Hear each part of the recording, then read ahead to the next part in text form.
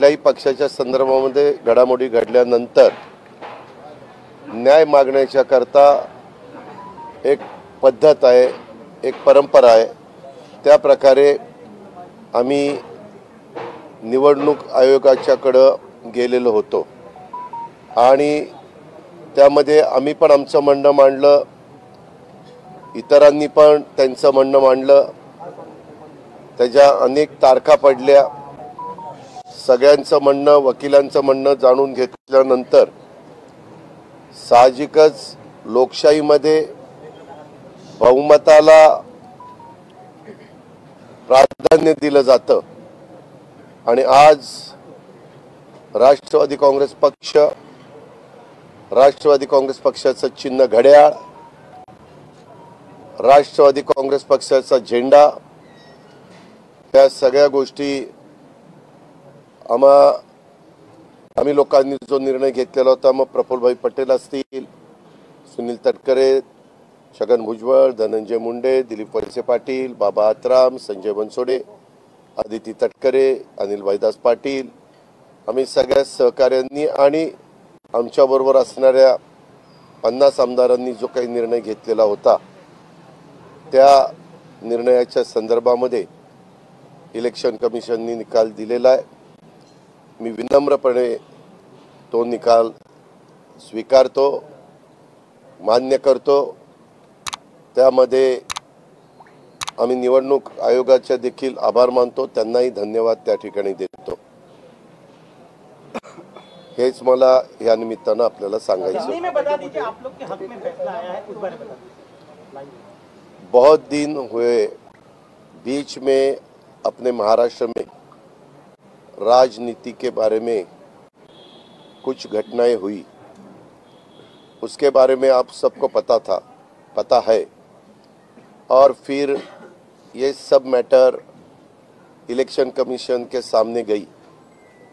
Even हमारे विधानसभा के speaker, उनके pass भी अलग तरह की एक मैटर चालू है, उसका भी हेयरिंग हुआ है, उसका भी रिजल्ट कब वो देने वाले पता नहीं, लेकिन जल्द से जल्द मिलेगा ऐसा मैं आशा करता हूं। और ये जो डिसीजन इलेक्शन कमीशन ने दिया है उसका मैं स्वागत करता हूं। विनम्र से ये उन्होंने दिया हुआ डिसीजन हम स्वीकारते हैं और उसका स्वीकार करते हैं। और हमारा जो पार्टी का नाम था, पार्टी का सिंबल था, पार्टी का फ्लैग था, वो सभी हमारे लोगों के साथ उन्होंने डिसीजन जो दिया उसमें बारे में हम बहुत खुश हैं। उनको भी हम धन्यवाद देना चाहते हैं। एक आरोप केलेला आहे आता दिल्लीमध्ये बोलताना की अदृश्य शक्तींनी मराठी माणसाचा पक्ष पळवला, असा जो आरोप त्यांचा केला जातो, त्यावर काय म्हणणं आहे? खरंच असं स्वरूपाचं झालं? आम्ही सगळेजण मराठीच आहोत का रे? आपण मराठीच आहोत ना? आम्ही मराठीच आहोत, त्याच्यावर पक्ष पळवायचा प्रश्न येतो कुठं? काय कोणाला काय म्हणायचं? आम्ही त्यांच्याबद्दल जास्त टीका टिप्पणी करू शकत नाही। आम्ही कामाचा विचार करणारी माणसं, काम करणे, महाराष्ट्राचा सर्वांगीण विकास करणे, केंद्राच्या जास्तीत जास्त योजना महाराष्ट्रामध्ये आणणे आणि नवीन पिढीला बरोबर घेऊन, वडीलधाऱ्यांना बरोबर घेऊन महाराष्ट्रामध्ये डेव्हलपमेंटच्या करता प्रयत्नशील राहणे, एवढंच आमचं काम आहे।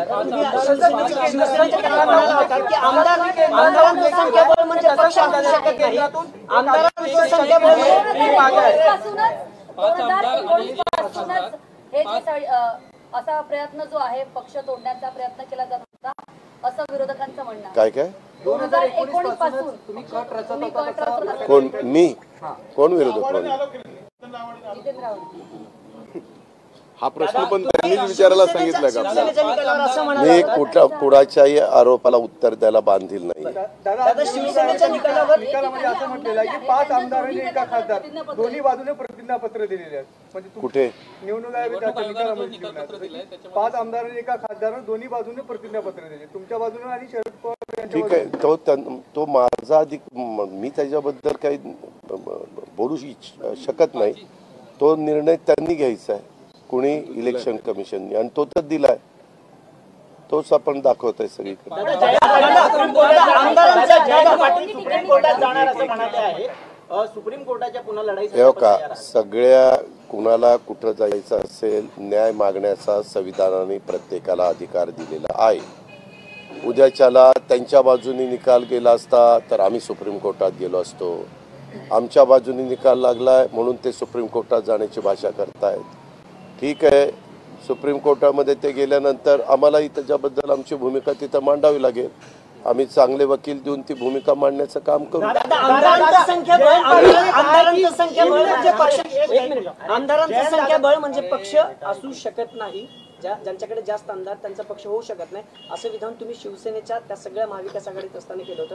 आताही तुमचं तेच मत आहे की काय सांगा? एक पत्रकार मित्रांनो, तुम्ही प्रश्न विचारत असताना त्या काळात तुम्ही असं बोलला होता, त्या काळात तुम्ही तसं बोलला होता, अशा प्रकारचे दाखले देताना प्रश्न विचारता. यामध्ये आमची भूमिका फक्त आमच्याबरोबर बहुसंख्य आमदार आहेत अशातला भाग नाही. 50 पेक्षा जास्त तर आमदार आमच्याबरोबर आहेच, आणि ते सातत्याने तुम्ही तर कितीतरी दिवस दाखवत होता. मला आठवत आहे की नक्की कुठले आमदार कुणाकडे आहे, नक्की कुणाच्याकडे किती आमदार आहे, तुम्ही पण चाचपणी करत होता. आम्ही शांत बसलेलो होतो, कारण आम्हाला माहिती होतं की आमदार बहुसंख्येने आपल्याबरोबर आहेत आणि आम्ही आमचं काम करत होतो. आम्ही त्याच्याबद्दल कधीही ओहापोह केला नाही आणि असं आकडे मोजून दाखवले पण नाही. आणि नंतर तुम्हालाच कळालं की किती आमदार आज आहेत आमच्याबरोबर हे. आणि नंतर पण ज्यावेळेस मॅटर चालू होती त्याही वेळेस आमदारांनी ॲफिडेव्हिट करून दिली. ती पण ॲफिडेव्हिट म्हणजे मला वाटतं नार्वेकर साहेबांच्या समोर पण गेली आणि तिथं इलेक्शन कमिशनच्या समोर पण गेली.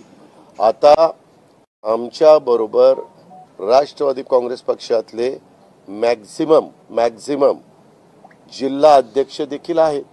हे आपण पहा. त्याच्यामध्ये तुम्ही जर बघितलं तर एकूण आपले 36 जिल्हे जरी असले तरी महानगरपालिकेला हे जिल्ह्याचा दर्जा दिला जातो. म्हणजे पुण्यामध्ये पिंपरी चिंचवड एक जिल्ह्याचा दर्जा आहे, पुणे शहर जिल्ह्याचा दर्जा आहे आणि पुणे ग्रामीण. त्याच्यावर तिथं सगळे बहुतेक आमदार अध्यक्ष हे आमच्याबरोबरच होते, कारण आमचीच भूमिका योग्य होती, ही सगळ्यांना पटत होती. आणि त्या प्रकारे बहुसंख्य जिल्हाध्यक्ष पण आमच्याबरोबर राहिले, बहुसंख्य सेलचे देखील प्रमुख आमच्याबरोबर राहिले. हे त्रिवार सत्य. आणि बहुसंख्य आमदार पण होते. लोकशाहीमध्ये ज्यांच्या बाजूने बहुसंख्य लोक असतात तेच पक्ष चालवत असतात. निर्माण शरद पवार जी ने कहा था किया था, अब वो जहां भी खड़े होंगे वहां पार्टी का निर्माण हो जाएगा. ठीक है ना, जयंतरावना काय बोलायचं तो त्यांचा अधिकार है. उनको जो भी बताना है, जो भी कहना है वो उनका अधिकार है. उसके बारे में नो कॉमेंट्स. मिळणं आणि पुढच्या कालावधीमध्ये राजकीय दृष्ट्या हे किती अधिक सक्षम स्वरूपात होईल. अनेक बाकीचे नेते तुमच्या क्यूमध्ये त्याची जी चर्चा वारंवार रूमर्स आहेत त्याच्यावर किती? आम्हाला त्याच्याबद्दल काही बोलायचं नाही. आम्हाला काम करायचंय. ज्यावेळेस जे लोक आमच्या बरोबर येतील त्यांचं आम्ही स्वागत करू, बेरजेचं राजकारण करू. स्वर्गीय यशवंतराव चव्हाण साहेबांची तीच शिकवण सुसंस्कृत महाराष्ट्राला त्यांनी दिलेली आहे आणि त्या रस्त्याने जाण्याचा, शाहू फुले आंबेडकरांच्या विचारांनी मार्ग काढण्याचा, छत्रपती शिवाजी महाराजांना डोळ्यासमोर ठेवून त्या ठिकाणी पुढे जाण्याचा आमचा सगळ्यांचा प्रयत्न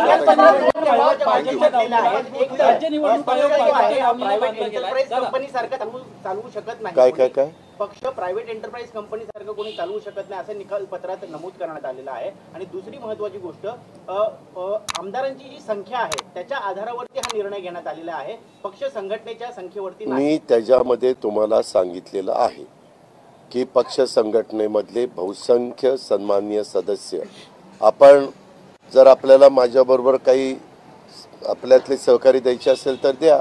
मला कुठल्याही जिल्ह्यात जायला सांगा, त्या जिल्ह्यामध्ये कुणाबरोबर किती लोक आहेत पदाधिकारी ते तुम्हालाच पाहायला मिळेल.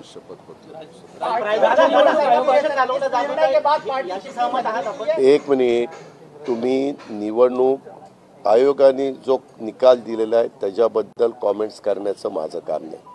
आपल्यामध्ये ज्यावेळेस न्यायव्यवस्था एखादा निकाल देते त्यावेळेस न्यायव्यवस्थेला आपण त्या ठिकाणी अशा प्रकारचं काही गोष्ट करू शकत नाही.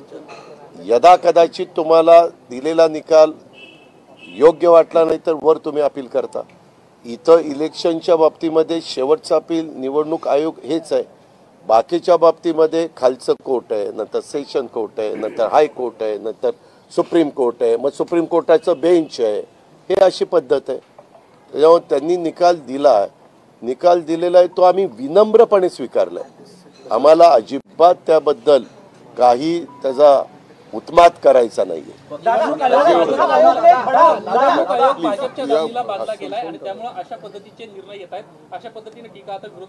ठीक आहे, विरोधकांना टीका करण्याशिवाय दुसरं काय उरलेलं आहे? चला, काही झालं तरी निकालामध्ये टीका टिप्पणीच करायची. जास्त जागा मागणार का आता पक्ष चिन्ह कुठले लोकसभा विधानसभेसाठी? आता तुम्ही जागा जेव्हा मागाल महायुतीमध्ये किंवा जास्त जागा मागणार का आता पक्ष चिन्ह? नाही, जास्त जागा मागायचा त्याच्यामध्ये प्रश्न येतो कुठं? आम्ही ज्यावेळेस पक्ष एकत्रपणे सरकारमध्ये आलो त्यावेळेसच आमच्या काही गोष्टी ठरलेल्या आहेत. त्याच्यामध्ये तुम्हाला सांगण्याचं काही कारण नाही. आम्ही आमच्या अंतर्गत चर्चा करू त्यावेळेस आम्ही त्या व्यवस्थितपणे कुठंही काही तुम्हाला कोणाला फार काही त्याच्यातला मुद्दा मिळणार नाही. व्यवस्थितपणे त्याचं वाटप होईल असं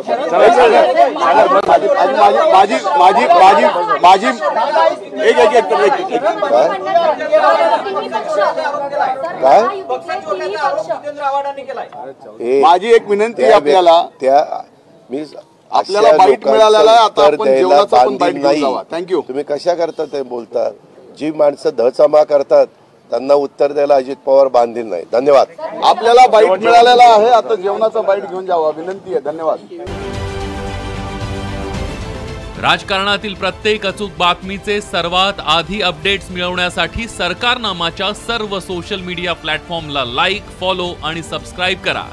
तसंच सर्व नोटिफिकेशनसाठी बेल आयकॉन प्रेस करायला विसरू नका.